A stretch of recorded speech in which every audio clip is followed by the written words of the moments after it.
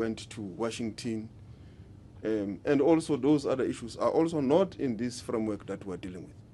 So we prefer to deal with what is in front of us at these negotiations, so that we separate facts and other things that we hear in the streets. So that is what we are currently dealing with, and that's why we remain open to engage with the U.S. on the basis of this framework. And we will keep our eyes on the ball and focus on this discussion.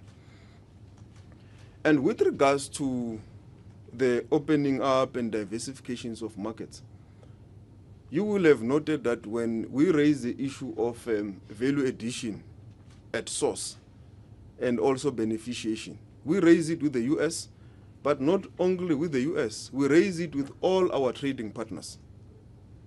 If you look at the European Union statement we had with them here in March, it has a paragraph dealing with value addition in South Africa with regards to extraction.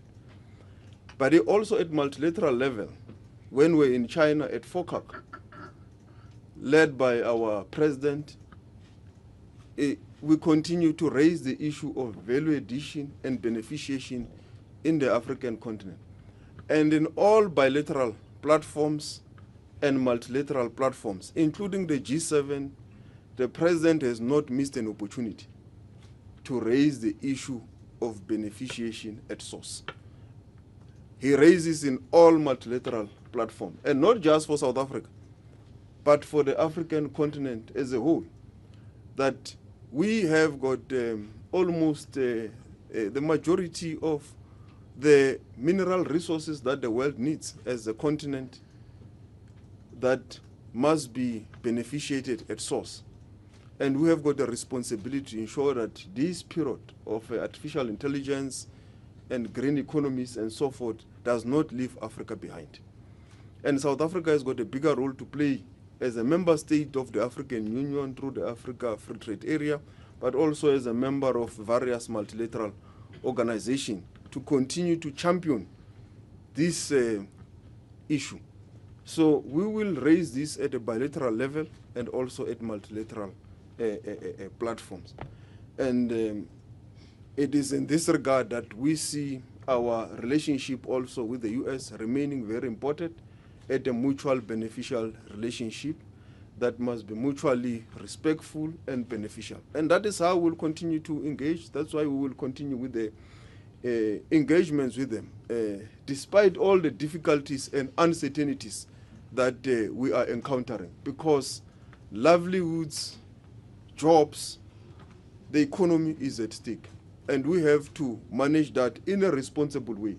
And as Minister Tawe has said, we are not in the sprint or game of political scoring.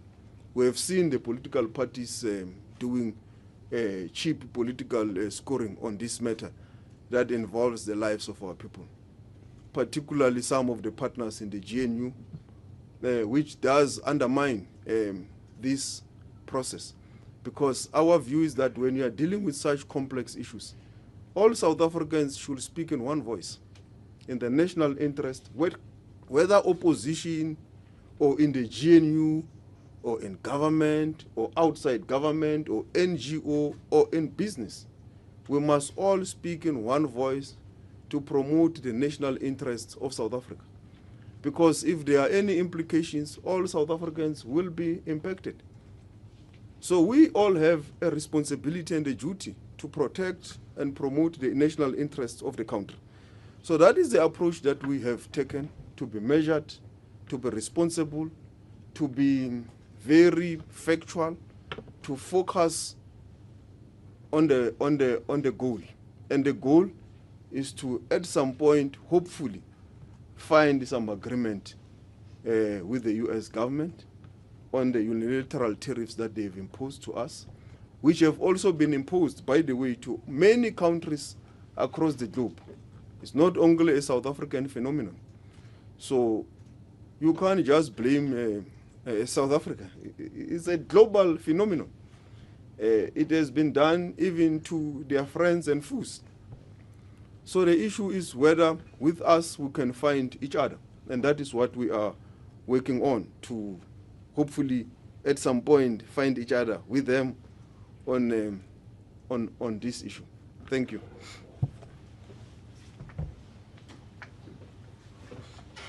Thank you very much, Ministers.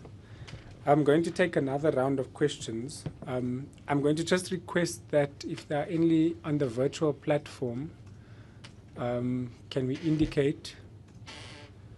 Sorry, I can't see behind the light. So if colleagues can just indicate.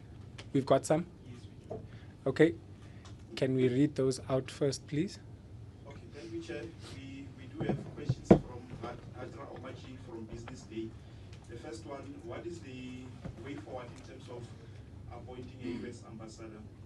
And then the second one, did President Ramaphosa make calls to try and secure a trade deal for South Africa with the U.S. last week?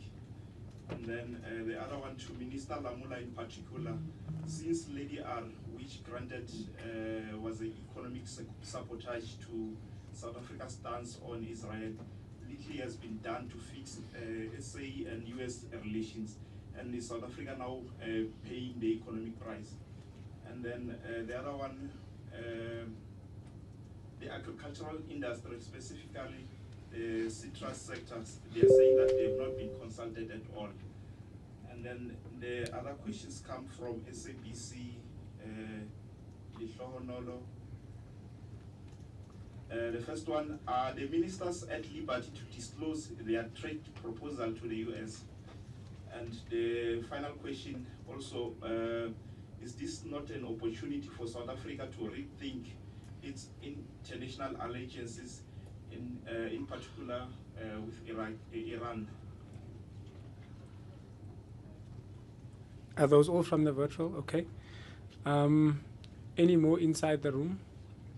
I'll note 3 from inside the room. Let's go with Ndogozo. Gentleman in the grey jacket at the back, and gentleman over here. If you can start the side, please. Good morning, Ndogozo from South Africa. I don't know if Minister Dal can give us any insights on sort of how the support desk has worked since it launched, these sort of businesses that we are seeing come on there, as well as in terms of township businesses that were getting export ready. Will the Transformation Fund dip in to assist them get into that export market? But also a slight change in the sort of language that we used when it comes to describing the support desk. Before it was launched, it was clear that the focus really was on U.S. tariffs, and now it seems the focus is on the rest of export markets while still assisting with the U.S. tariffs. If we can get maybe just clarity if there's a change in where our focus is as we continue the negotiations with the U.S. And then to Minister Lamola, you mentioned something about speaking to the Competition Commission. Do we have any of that concern around fast-tracking intra-Africa trade and getting the agreements going? Because it does take time to make things work. Will there be any competition issues on the continent? Thank you. Colleagues, so what I'm going to do is I'm going to just, because there's quite a few questions now, I'm going to allow the team to respond. Ministers, I'll also allow you to defer to your technical teams in this round, if you so wish. And then we'll come back for one more round at the end of that. We are checking the ambassador.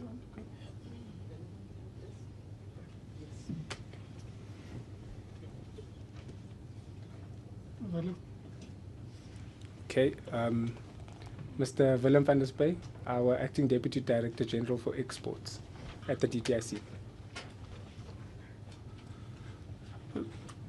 Good morning, everyone. From the help desk side, it became active on Friday, and we've been fielding some calls from exporters specifically. Most of the exporters have been from the Western Cape. The key questions that there was clarification asked is with regards to when the tariffs come into effect. Also, there was also interest in terms of some of the products which are not covered within those tariffs which will be coming into effect. There were also questions around the the shipment, which are on water, and the implications of those ones. So we've been giving clarifications around that. There's also a lot of interest shown in terms of the support measures, financial support measures, which I think was touched on today, to give further information around that. And then also, we are also continuing to give updated information in terms of the negotiations. They were interested in what is happening with the negotiations. I think we've touched upon that as well. I think also important point to raise is to say, while the desk is giving information, the primary focus of the desk is really to assist companies to enter new markets and diversify those markets. And we want to work with them systematically over the short to medium term to offer them new markets, but also as general for the country to diversify its markets as well. So the issue is to create resiliency in our international trade environment. And through this support desk, we will have practical areas of cooperation. We'll link them up with embassies. We'll link them up with potential buyers. We will also deal with the issues and take the journey with them in terms of some of the barriers, sanitary and phytosanitary issues. We'll also work with other parties around it. So it is a systematic process for us to really support them to look at different markets. Some companies, for example, have opportunities in other markets which they can advance. Others are looking at new markets. We're also assisting with them and engaging with them on those markets. And we're also looking at some of the key sectors, for example, which are affected by the tariff specifically, that we're working with those companies as well. Thank you. Thanks, Minister. Yeah. Let me just deal with the ambassador thing. Yeah, thank you very much. The question from Harja with regards to how far we are on the appointment of an ambassador. Let me preface it by saying that we had an ambassador in the U.S. and that ambassador was expelled. So President Ramaphosa has always prioritized the U.S. In terms of an ambassadorial responsibility.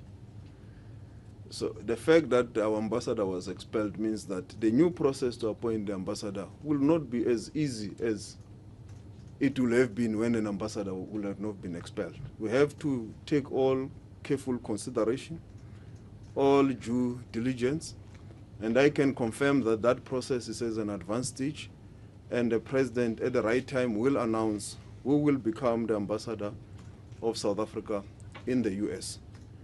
But I will mention that this will not be dictated to by anyone to the President. He will do so in line with his powers as provided for in the Constitution. Obviously, he may consult whoever he may deem necessary and prudent to consult to appoint this ambassador. But the process is at an advanced stage, and at the right time, he will make the announcement of the ambassador.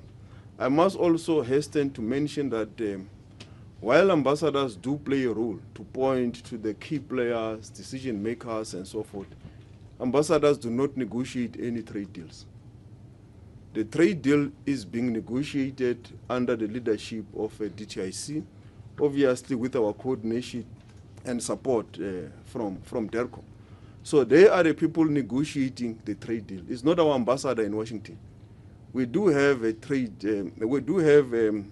d'affaires in Washington, who is the senior person for South Africa there, who does play a role from time to time to point there and there, but they do not negotiate the trade deal as it is being suggested in some quarters, that the fact that we don't have an ambassador might have affected us not coming up with an agreement. It's not correct description.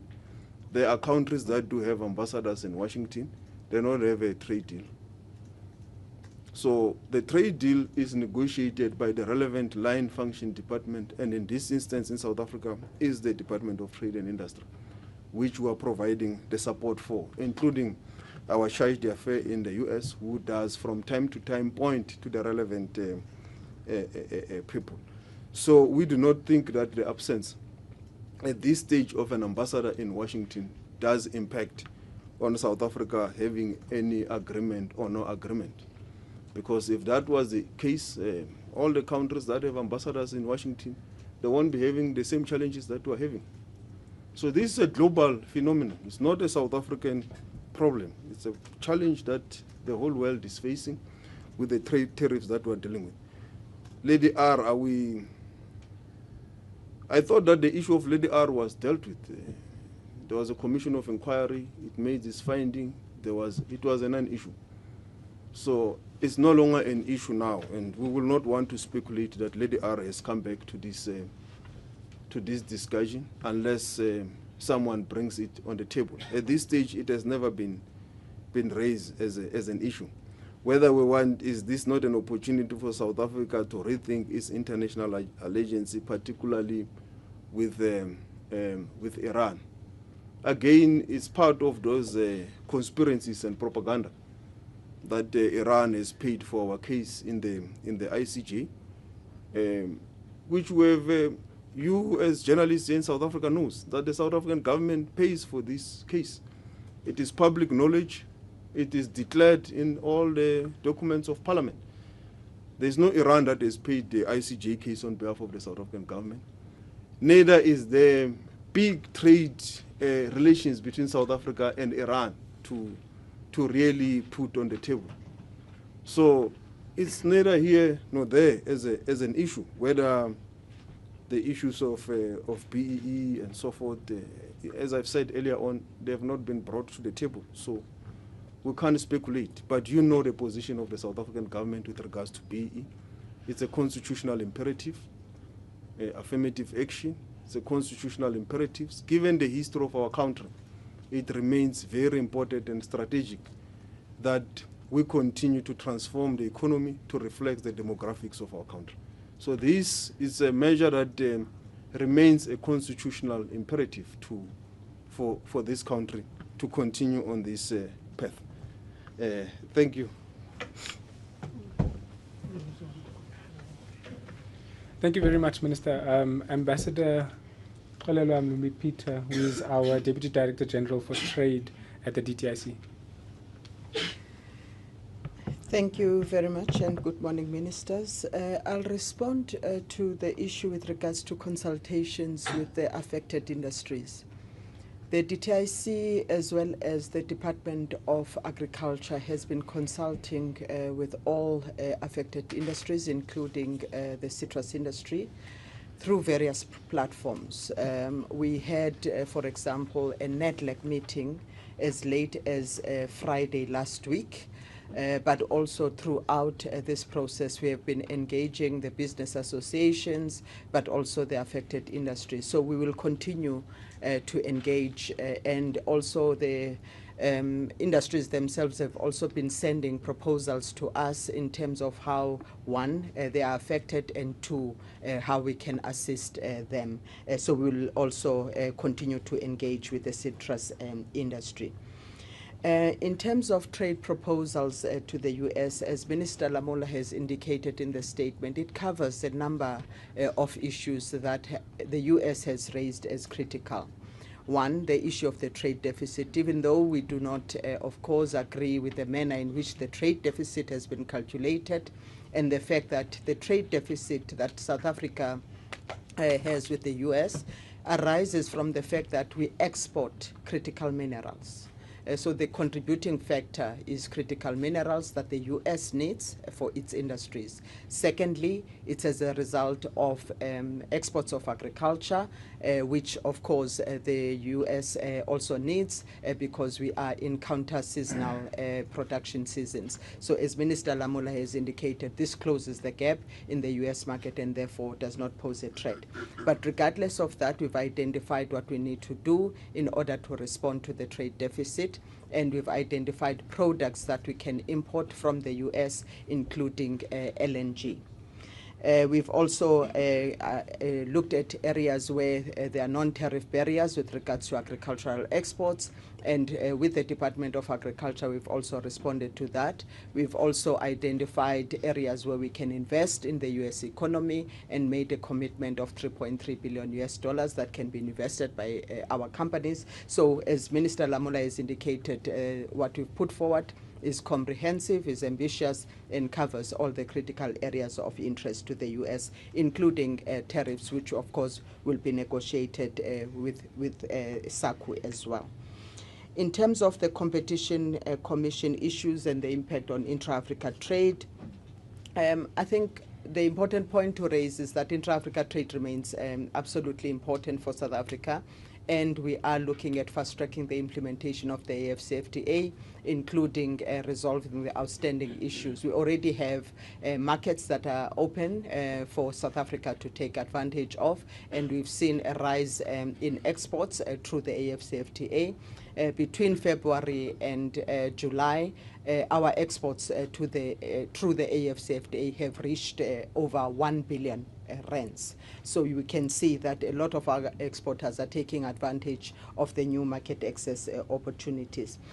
But with regards to competition issues, we already have a competition protocol that has been concluded under the AfCFTA that ensures that we are able to have a coordinated mechanism to address anti-competitive behavior and ensure an inclusive continental market. South Africa has already ratified the competition protocol. It was ratified by Parliament last month, and therefore it is fully operational. Thank you very much. Thank you very much, Minister. Before you come in, I just want to ask our Acting Deputy Director General for Transformation and Competition, Ms. Susan Mangole. Thanks, Camille, and thanks, Ministers. Just in terms of the question that was raised to say whether there will be support to SMMEs and township businesses to diversify, I think one of the statements that Minister Lamola has made is that through the Competition Commission, we are going to be publishing the draft block exemption for exporters. So this is to mitigate against the impact of the increased tariff, as well as to make sure that the South African businesses, including those in the township, are actually diversifying in other markets. So the reason for this is that we want to help them to actually collaborate and coordinate. Yes, we are looking at a package that will also include using part of the transformation fund to be able to assist those businesses to diversify into new markets. No, that's fine. Our Director General, Mr. Simpiwe Hamilton, from the DTIC.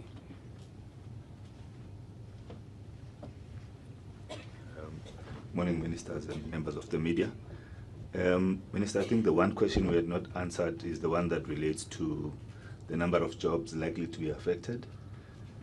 We base this on the ongoing consultations that we have with all the sectors of the economy, from automotive, agriculture, and all the other sectors that are going to be impacted. And at this stage, we are sitting at approximately 30,000 jobs that could be affected by this if it were to be mismanaged in any manner. But we are looking at 30,000 jobs that could be affected at this stage.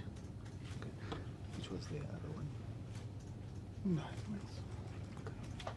can take the next one. I did promise two colleagues in the room that I'd take their questions, and then we'll call it at that. So the gentleman in the grey at the back, and so you've been answered. Okay, so I can give one question away. Okay, yeah, in grey over here. Thank you. I'm Simon Majaribubi from Independent Media. My question is that Minister Lamola said it was unfortunate that this government's efforts in resetting relationship with the U.S. has been underestimated and undermined by some actors within the society. Could you please maybe clarify to us who are you specifically referring to, and what actions will be taken against those people, and what will happen if, despite all these actions, the U.S. doesn't budge on the figure? Does the country have plan B? Thank you. Thanks.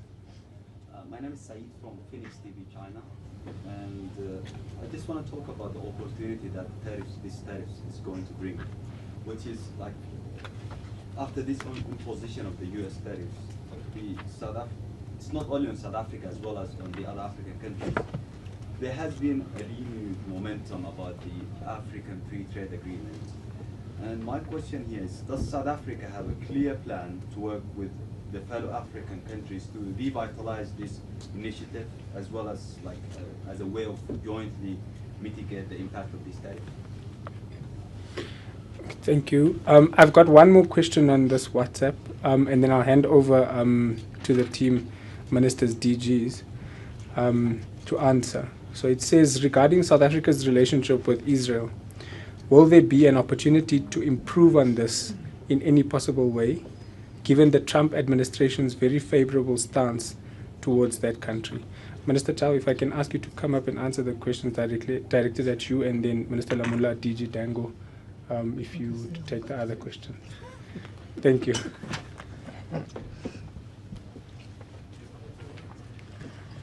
Thank you very much. Kamel didn't give me a choice this time. The load was eased earlier from the department. Part of what we were communicating today was in relation to the work that you're doing, and I don't want to call it a plan B, but the work that we're doing in accelerating access to alternative markets, providing support to industry, to access those markets, talking to buyers, but also what support packages we can provide to South African industry to enable them to navigate this complex environment. We are going to Cabinet on Wednesday with a set of more detailed proposals that we are finalizing with sister departments that would elaborate on the structure of the support package. But we've been working with the industry and sister departments in finalizing what that should look like. And I'm sure, subject to Cabinet and additional proposals and ideas put on the table at Cabinet, we would be able to communicate what that package looks like finally after Cabinet on Wednesday. And I'm sure colleagues know how Cabinet communicates its decisions.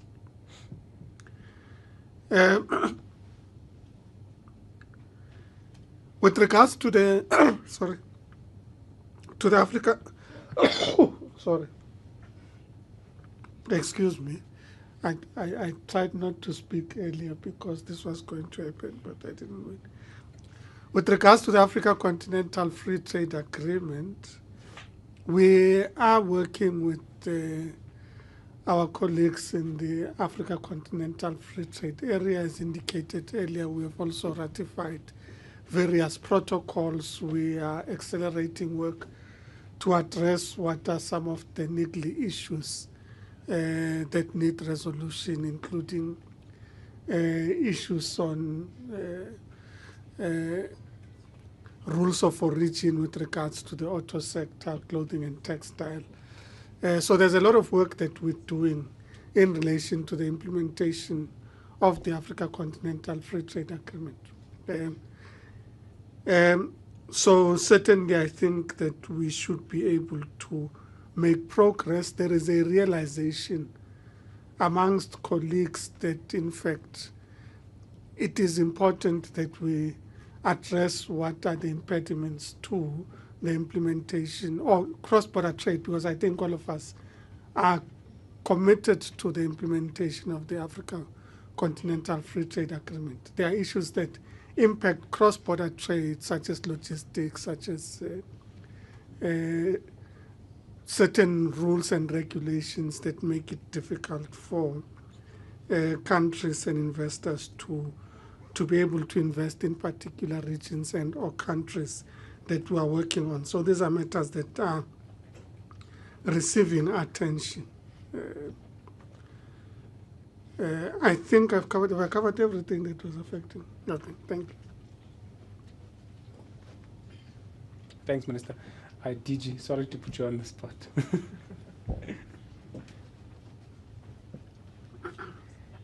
Thank you. I thought Minister Tau was offering to answer that question. No, I think the question around our relationship with Israel, it's important to put it into context. South Africa's actions from the start has always been to prevent and end a genocide. and that's in line with the Genocide Convention.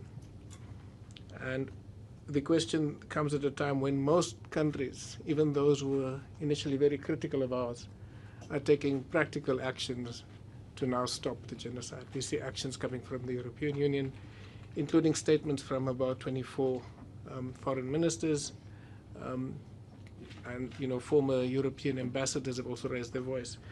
So we see that what we warned about in January 2024, in March and again in May, that the outcome, the humanitarian consequences, is not the result of the war. It's actually the objective of the military action is now coming to fruition. It's not something that we are happy about because, unfortunately, this is what we've been trying to prevent. So we will continue to try and stop this genocide through diplomatic and legal means.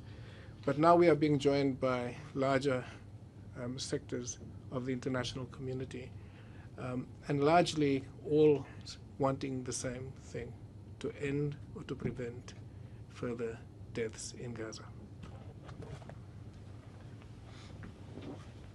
Yeah, I think the last one relates to, I thought I'd already answered it, but because it has been asked again, that there are players who have undermined our efforts and all that. I've said that our view is that all of us as South Africans, irrespective of our political affiliations, whether you're an opposition, NGO, business, or in government, GNU, partner, or anything, once you get out of South Africa, we all have a responsibility to promote the national interest of South Africa in a positive way, particularly when stakes are high, like now, during these complex negotiations with the U.S. And it is against this background that I said that the approach that the President and the South African government has taken of being measured, of refraining, even sometimes out of extreme provocation, is on the basis of the understanding of what is at stake. Jobs, livelihoods, and the economy. And our focus is to preserve that. And in this case is to continue with this mutual beneficial relationship with the U.S. while we continue to diversify across the markets in the globe, which we have already outlined how we are doing it. But this should not only be in the hands of government. Other stakeholders and role players also have a role. State actors and non-state actors also have a role to promote the national interests of South Africa, so that we can all preserve the jobs, we can all preserve the economy, we can all act in the interest of South Africa, Inc. That is the message we want to leave you with. Thank you. Thank you very much, colleagues. That concludes our press conference. We've pulled the two ministers out of a very important meeting, so we will then allow them to go back. Yeah, that really shows the press conference is over. Thank you, colleagues. We will then keep in touch for other